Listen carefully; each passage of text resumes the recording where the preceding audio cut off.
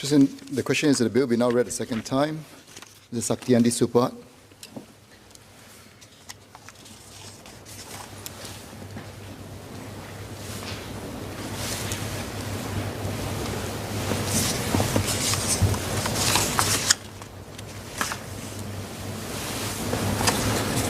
Mr. Speaker, sir, I support the formalization of LTA's role to coordinate electric vehicle or EV-related efforts across Singapore.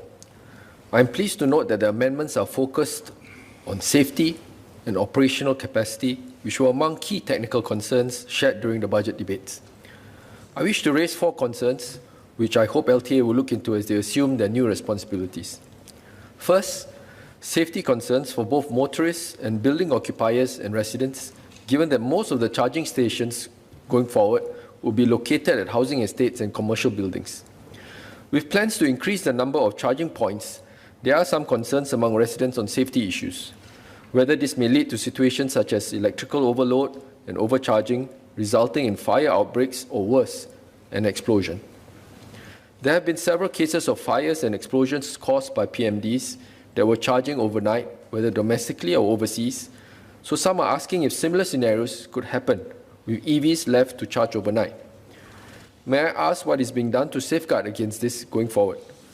I know that purpose-built EV chargers would be safe, but what happens if someone tampers with it or tries to use a non-compatible extension plug, for example? This brings me to my next point on batteries. A number of high-profile global recalls were made last year over battery fire risks in EVs. EVs are fairly new technology.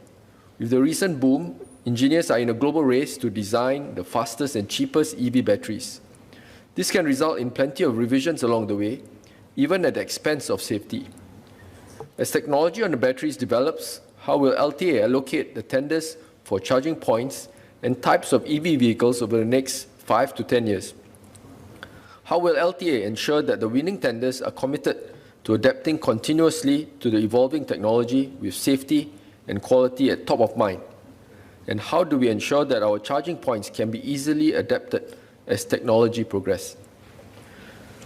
With increased deployment of EV charging points in the housing estates, how will agencies like HDB, town councils, and EMA work together for installation, maintenance, and safety issues?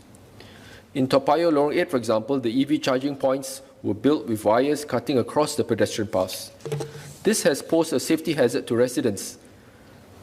This could have been avoided if there had been closer cooperation and consultations prior to this decision, and clear guidelines and policies must be spelled out for cross-agency collaboration. Otherwise, I fear that in an emergency, time will be wasted in delegating the responsibilities. My last point is on national power consumption. An Energy Department study done in the context of US found that increased electrification across all sectors of the economy could boost national consumption by as much as 38% by 2050. This is in large part due to electric vehicles. So what would be the impact of widespread usage of EVs in Singapore? Do we also expect a surge in electricity usage nationwide? And will this affect the capacity capabilities of our power stations in the residential areas? For example, is there a need to upgrade electricity substations to cope with the potential increase in power usage? What about the current underground cables? Are they able to cope with the higher usage? Mr. Speaker, sir, EVs are the way forward as demonstrated in many developed economies, so this amendment comes at a timely moment. In the meantime, there should be more conversations and reassurances on the safety issues related to EVs. Moreover, resident safety and convenience must not be compromised. Mr. Speaker, sir, I support the bill. Thank you.